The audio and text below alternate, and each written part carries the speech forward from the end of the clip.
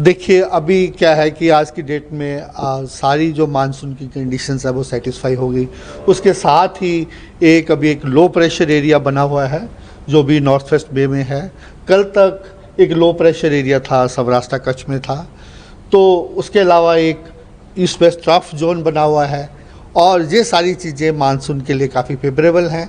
इसी को मद्देनज़र के कारण होते हुए ये सब मानसून आज इंटायर कंट्री कवर हो चुका है, इंक्लूडिंग जो कुछ हिस्से हमारे राजस्थान के बचे थे, हरियाणा के बचे थे, उत्तर प्रदेश के बचे थे। इसके साथ ही अगर आप आने वाले दिनों की बात करें, जो मानसून ट्रफ है वो हमारा अभी नियर दिल्ली के पास ही है, थोड़ा नॉर्थ में है। और उसके कारण क्या है कि जो रेनफॉल एक्टिविटी अभी हम कह सकते हैं कि हैवी, वेरी हैवी रहने का पूरा नॉर्थ इंडिया में पॉसिबिलिटी है। जी, आप मैप के जरिए देख सकते हैं आज के लिए हमारा उड़ीसा और झारखंड के लिए रेड अलर्ट है।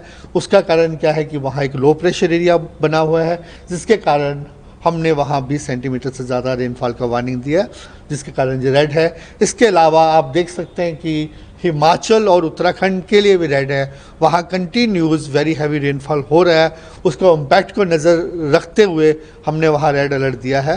वहाँ आज और कल आने वाले दिनों में जो रेनफॉल है वो आप कह सकते हैं कि वेरी हैवी से ज़्यादा होने का अनुमान है।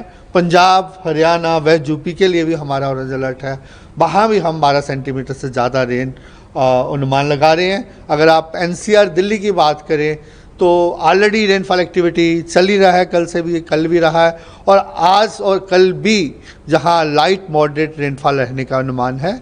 और उसके बाद थोड़ा इसमें कमी आ सकती है, जिसके लिए हमने एनसीआर दिल्ली के लिए हमने येलो अलर्ट दिया है। तो जो आपने रीजंस बताए कि लो प्रेशर में आया है, कि ये स्थिति डेवलप हुई है रीजंस में? देखिए, रीजंस क्या होते हैं, जनरली क्या होता है, सबसे पहले ये है कि अगर आपका कोई जो ईस्ट वेस्ट ट्रफ बनता है, जिसको जब मानसून पूरा इंडिया कवर कर देता है तो फिर हम उसको मानसून ट्रफ बोलते हैं। ठीक है, एक तो रीज़न ये होता है कि मानसून ट्रफ जब एक्टिव हो, एक्टिव मीन एक तो वो सरफेस पे दिखाई देता है, उसके बाद उसका वर्टिकल एक्सटेंशन होता है। वर्टिकल एक्सटेंशन जनरली तब होता है जब उसमें कोई ना कोई लो प्रेशर एरिया हो। इसके अलावा एक शेयर जोन टाइप पैटर्न बन जाता है नियर सरफेस, जैसे 0.9 1.5 किलोमीटर तक हम उसको मानसून ट्रफ कहते हैं। अगर वो ऊपर तक वर्टिकल एक्सटेंड हो रहा है तो हम उसको एक्टिव कहते हैं।